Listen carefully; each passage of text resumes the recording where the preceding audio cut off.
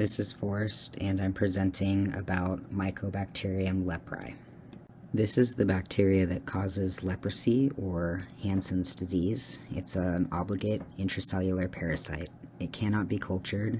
It's characterized by very slow growth, prefers cool parts of the human body, and is a very close relative to Mycobacterium tuberculosis. It's part of the genus Mycobacterium, phylum Actinobacteria. It's gram-positive and has high GC content.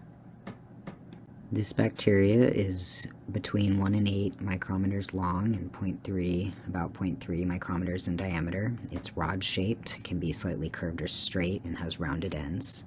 It does not form endospores. It's gram-positive. Importantly, its cell walls contain mycolic acid.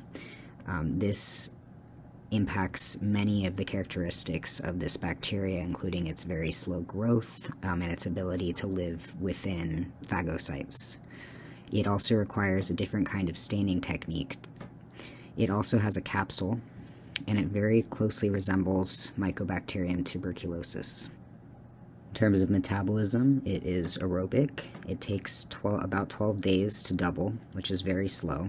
It grows best at about 30 degrees Celsius, preferring cooler regions of the human body, like the skin, peripheral nerves, eyes, upper respiratory tract, anything that's cool. It does generate its own ATP, uses glycolysis, citric acid cycle, but it depends upon its host for a large part of metabolism and for nutrition, and has extremely reduced the genes in its genome, preserving only what it needs really to survive, relying on the host for the rest. It does have a robust lipid metabolism, though, and can synthesize many types of lipids. I did not find much information about the interactions of this microbe with other microorganisms. However, it greatly interacts with its hosts, mainly humans and armadillos. It primarily targets Schwann cells, which wrap our nerves and help conduct nerve impulses, and macrophages, part of our cell-mediated immune system. Interestingly, it's the only known pathogen capable of infecting human peripheral nerves. How bad the presentation of leprosy in a person is depends in part on how many bacteria are present in the tissues. There's a spectrum of the disease ranging from paucibacillary to multibacillary. In PB, there's just a few bacilli in the host tissues, and the person's body had a strong immune response, and leprosy or the disease never really got a strong hold in the body. Whereas in multibacillary disease, over many years there can be up to billions of bacilli in the host tissue, and this happens when there wasn't a very strong immune response to the bacteria in the beginning. The symptoms of leprosy are going to present differently based on how advanced the disease is, but in skin, you're going to be experiencing numbness, discolored patches, rash, growths, bumps, ulcers on the feet. In terms of nerve damage, again, numbness, weakness, paralysis in more advanced cases, nerve enlargement, red areas, swollen areas, eye problems, blindness. In advanced cases, we're going to be seeing the reabsorption of extremities. The skin is not decaying or dying, it's being reabsorbed by the body. Loss of nasal tissue, blindness, disfigurement, paralysis. It can be very serious, but only after many years. It takes many, many years to develop to this point.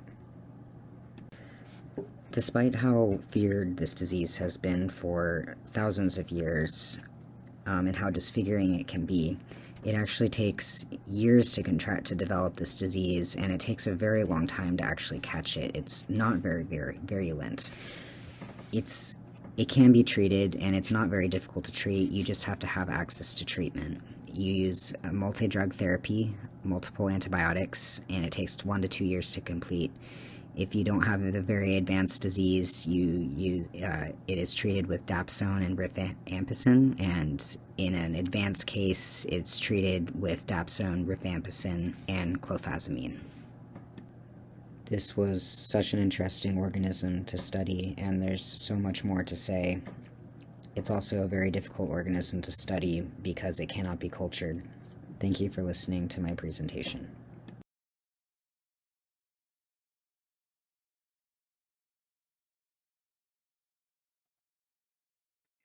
Neisseria gonorrhea is a gram-negative bacteria and part of the Neisseria genus.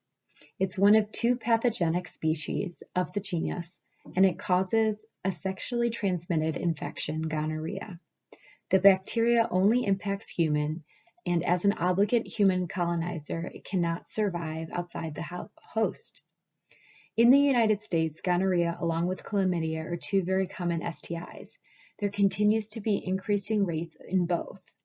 Management is challenging because many infections are asymptomatic and antimicrobial resistant strains of gonorrhea continue to develop and change. The shape of Neisseria gonorrhea bacteria is diplococci, and they are held within a polysaccharide capsule and lipogalactosaccharide cell wall made of lipid A. This layer enables the bacteria to attach and invade human cells. Other virulence factors that enable adherence to human cells include fibria, which are rod-like extensions. The bacteria also has pilus, which are a special type of fibria that are fewer and longer and enable the transfer of DNA to other cells in the process called conjugation. The pili specific to Neisseria gonorrhea, not pictured here, is a type 4 pili, which allows for the creation of microcolonies on the epithelial cell surface. They also have highly variable surface antigens, and this prevents the development of immunity and effective vaccine. The bacteria can infect the mucous membrane of the mouth, throat, eyes, and rectum. Sexual contact with the penis, vagina, mouth, or anus of an infected partner is the main way it's transmitted. It can be transmitted during childbirth and infect the infant. Neisseria gonorrhea grows after transmission, and the contact is established with the mucosal epithelia. First, the bacterial must adhere to the epithelia of the mucosa with the help of the type 4 pili and the lipopolysaccharide LOS. Once that is complete, the pili help establish microcolonies.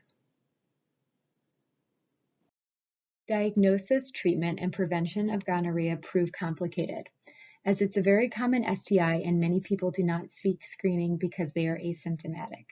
Regular screening is therefore important, and samples and specimens can detect the presence of a gram-negative diplococci. Once detected, treatment is tricky too, because the widespread gonococcal strain resistance to antibiotics. Because the bacteria have highly variable surface antigens, as mentioned before, immunity doesn't often develop, and if it does, it doesn't often have broad protection. The impact of infection can be both symptomatic and asymptomatic. In men, symptoms can be acute inflammation and infection in the urethra causing painful urination. Men can experience an asymptomatic infection. Women are more likely to experience asymptomatic infection. However, if they do have symptoms, it could look like dysteria, increased vaginal discharge, or vaginal bleeding between periods. Although women may not experience symptoms, the infection can lead to additional conditions such as pelvic inflammatory disease. This happens when the infection travels by bacteria attaching to the sperm via the fimbriae or the LOS to the uterine tubes and cause inflammation, which can lead to ectopic pregnancy after scarring or infertility. Disseminated gonococcal infection, DGI, can happen if gonorrhea goes untreated and spreads to the bloodstream. Consequences of DGI include arthritis, dermatitis, tannovitis, and the condition can be life-threatening. Considering many people do not experience symptoms, this is a very dire consequence. Because so much of gonorrhea is asymptomatic, regular screening is essential for management. This visual shows the history of discovered and recommended antimicrobials and the evolution of the resistance in Neisseria gonorrhea. As you can see, from 1990 through to 2020, there have been numerous antimicrobials that have become no longer active. With the ever-changing landscape of antimicrobial resistance, prevention, screening, and treatment are essential. It is a major public health concern globally.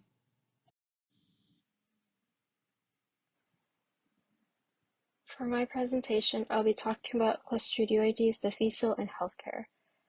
C. diff is a rod-shaped, gram-positive obligate anaerobe capable of producing toxins and endospores, and it's commonly found in healthcare facilities such as hospitals and nursing homes/assisted living facilities. Those with C. diff infection or CDI will have a altered gut microbiota, which can result in nausea, diarrhea, sepsis, and even death. There are others like C. diff that produce similar symptoms, such as Clostridium tetani, which causes tetanus, Clostridium botulinum, which causes botulism, and Clostridium perfringens, which causes gas gangrene. So for those who are at risk, it will most likely be geriatric patients who are often found in hospitals and care homes and other living facilities. And antibiotic regimens are also a risk factor since antibiotics tend to alter the microbiota of the human body, which can leave a person with a weaker defense system against pathogens. In order to understand how C. diff works, it's important to look at its life cycle, composed of 4 different stages.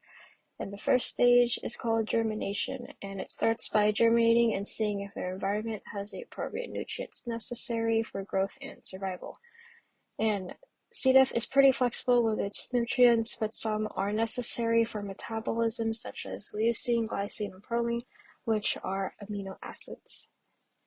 The next stage is called the vegetative stage, and it's called the vegetative phase because once attached, bile acids and cogerminants signals to start growing, and it partakes in several types of metabolic pathways, such as Stickling metabolism, in which electrons are transferred from one amino acid to another to produce ATP, and metabolism has to be regulated, and in C. diff, it's regulated by the catabolite control regulator CCPA. And it regulates several metabolic pathways and even controls genes that release toxins TCDA and TCDB that C. diff uses to infect people. And CCPA indicates a link between metabolism and toxin production. The third stage is called toxin production, in which it occurs in the absence of nutrients, which causes C. diff to revert to its spore state, which sets it up for its final stage, which is called sporulation, in which it expels itself and waits for its next available victim. So there are a couple of microbes that interact with C. diff and its life cycle, and one of them is called Bacteroides thetiotomicron, and it produces sialidases, which promotes the growth of C. diff. There are a couple of microbes that actually inhibit C. diff, which are lactobacilli, such as L. gasseri and L. acidophilus, and since they produce an acidic environment, it inhibits the growth of C. diff. Clostridium scindens also produces antibiotic compounds, which inhibits the growth of C. diff. So, precautions and safety methods. The most important ones will be frequent hand washing and to only use antibiotics when necessary, since they can alter your gut microbiome. Another important one is to practice precautions in hospitals. It's pretty common practice to have an indicator outside of a patient's room stating that they have a C. diff infection, and so when somebody is a provider and needs to care for that patient, it gives them an idea of what to wear and what to do when caring for that patient so that they can protect themselves.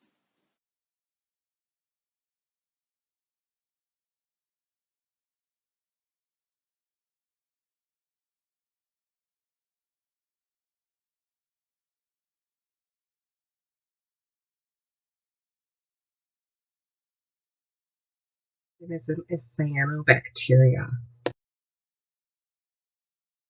So 2.4 billion years ago, this planet had no oxygen, which meant that it had no life, what we would consider life on it.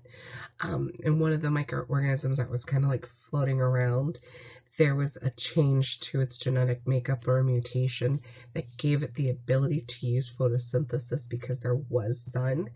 And because it was able to use photosynthesis now, it was able to produce oxygen, which was something that this planet had never seen before. It was kind of like the jumpstart to life on the planet. And it was cyanobacteria that was that organism that was able to use photosynthesis. Bacteria is also known as a blue-green algae or bacteria, and it's usually found in water, so like rivers, lakes, oceans, seas, but it has been found in soil as well. Its most common shapes are spheres, rods, and spirals. It was originally known as an algae because its ability to use photosynthesis, but because it lacks qualities that other algae and plants have, so it does not have a membrane brown nucleus, and it doesn't have chloroplast, so they reclassified it into the prokaryote, and it is one of the only prokaryotes that has the ability to use photosynthesis, though it's not the only one, and it is also gram-negative. Cyanobacteria is made up of 4 different layers: the cell membrane, a peptoglycan layer, an outer layer, and a sheath.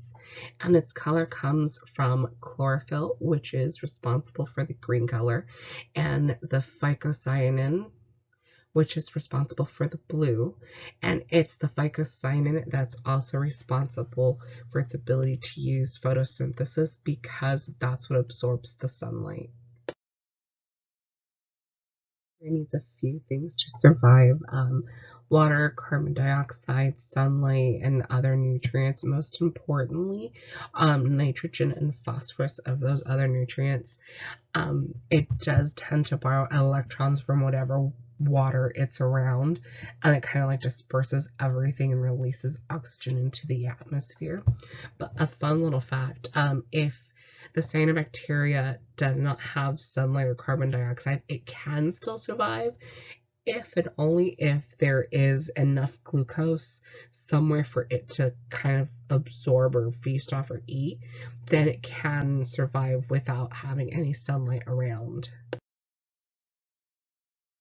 Spring and the summer, whatever water it's around, there's usually higher levels of phosphorus or nitrogen, especially if it's like stagnant water, and it kind of will feast off of that in abundance and start reproducing, and it uses cellular fusion, so the parent cell splitting into 2 identical daughter cells, and it'll do that in rapid succession if there's enough nutrients around.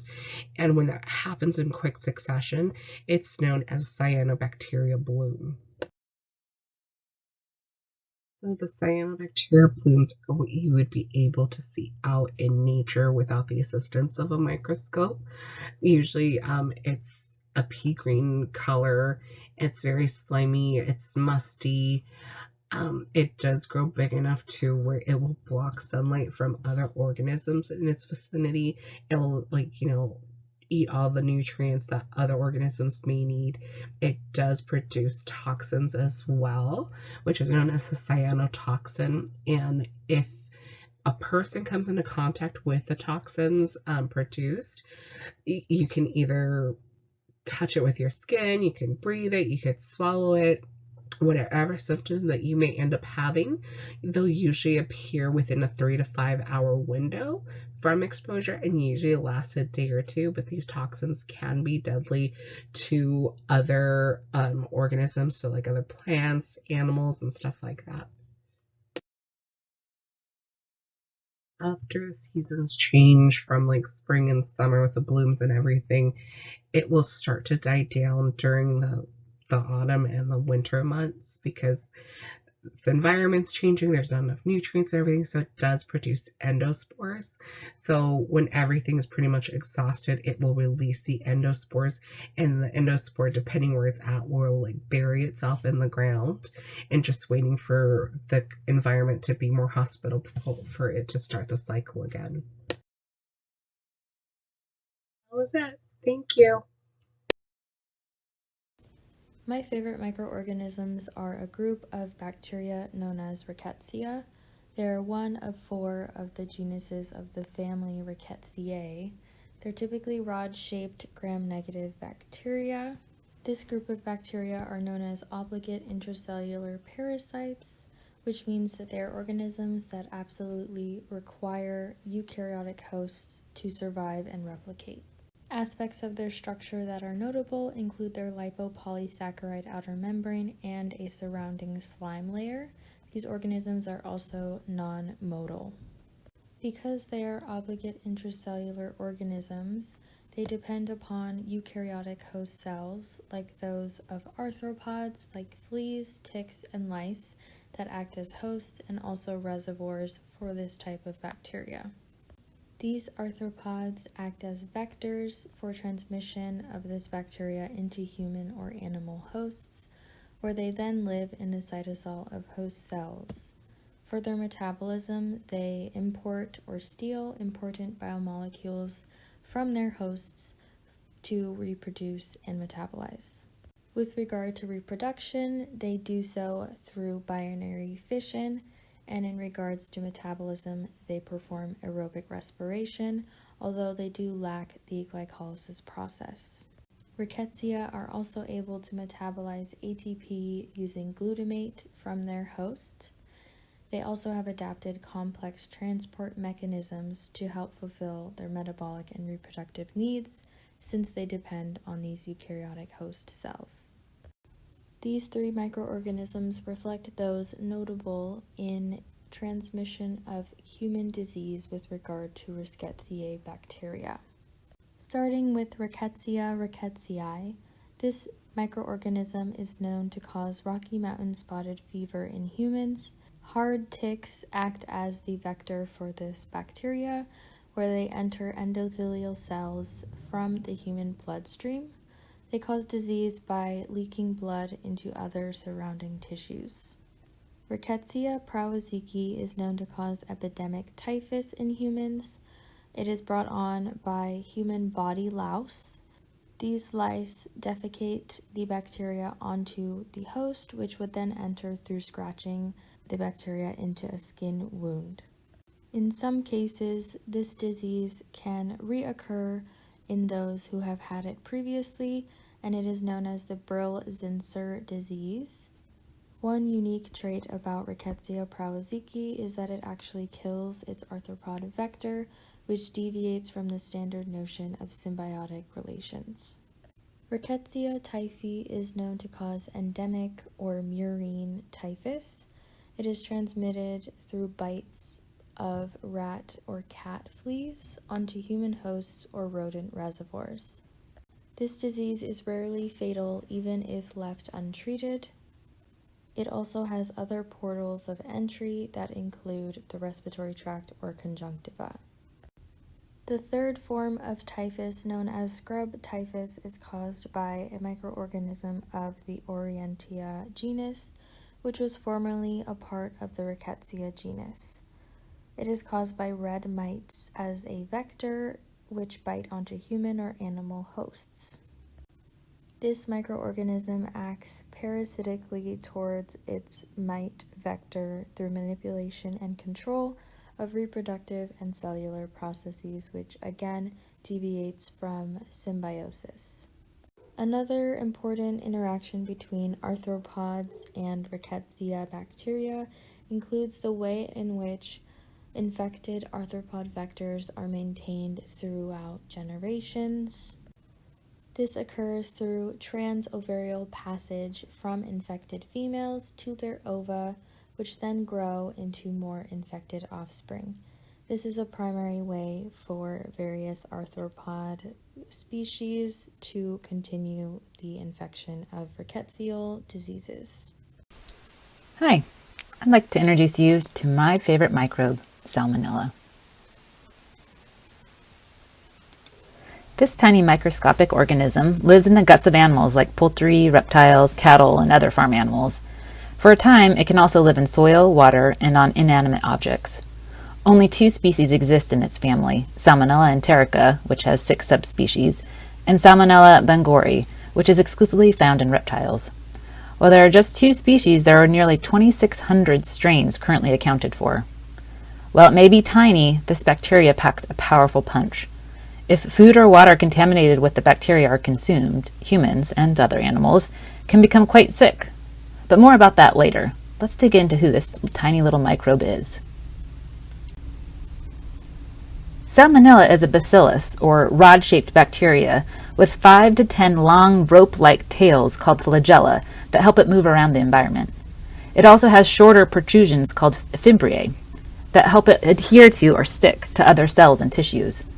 Special types of fibrae called pili can actually transfer information from inside the cell to other cells. This is called conjugation. All of these spindly hairs are attached to a capsule that protects it from drying out and evading immune cells that might try to destroy it. Underneath the capsule is a cell wall made up of 2 main parts, a thin layer of sugars and amino acids called peptidoglycan, which is below an outer layer made up of various fats, proteins, and sugars. This construction classifies the cell as gram-negative. When it's stained to be able to be seen under a microscope, it appears pink. Like other bacteria, Salmonella have genetic information called DNA with 1 chromosome that carries information for how to grow, reproduce, and function. One thing this bacteria has that not all others do are plasmids.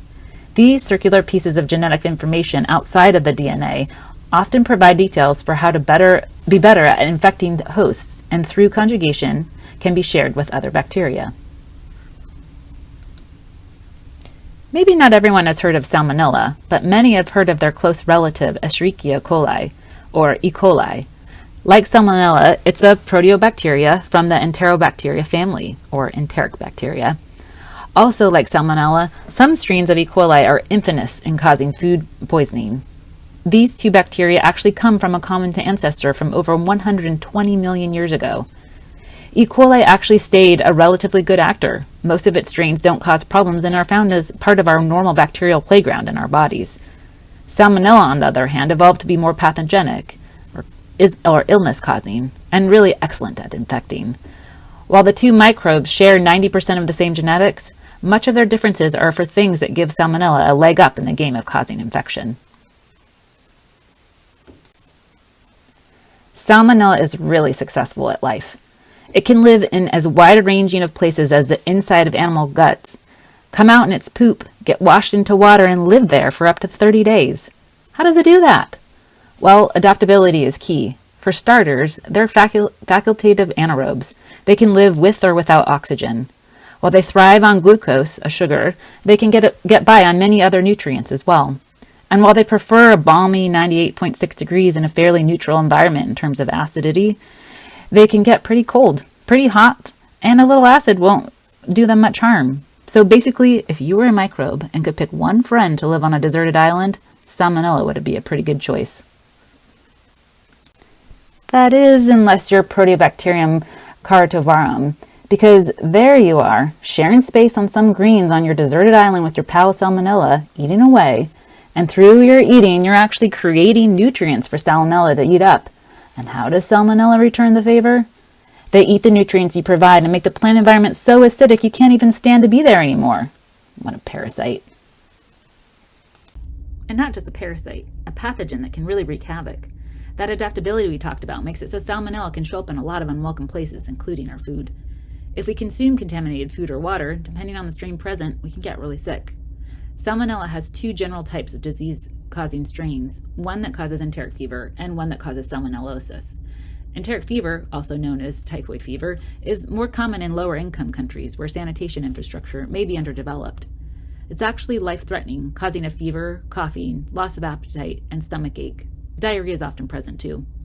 It can be treated with antibiotics, though resistance is on the rise. For pathogenic strains that don't cause enteric fever, animals essentially get classic food poisoning symptoms.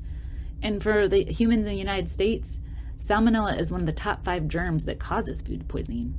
Because of how our food is produced, salmonella can get into milk, onto eggs, on chicken, ground up into meat, and even on fresh produce. Symptoms of salmonellosis include stomach cramps, fever, and diarrhea. Unlike enteric fever, it's self-limiting, so most people don't take antibiotics. And what does self-limiting mean? Well, the diarrhea it causes does a really great job of flushing salmonella out of your intestine. Don't fear, though. Simple steps can be taken to avoid impacts. Thoroughly cook your food, wash your produce, and always wash your hands after you use the bathroom and before you eat. With a little care, we can avoid salmonella's negative impacts and marvel at our favorite microbes' ability to succeed at life.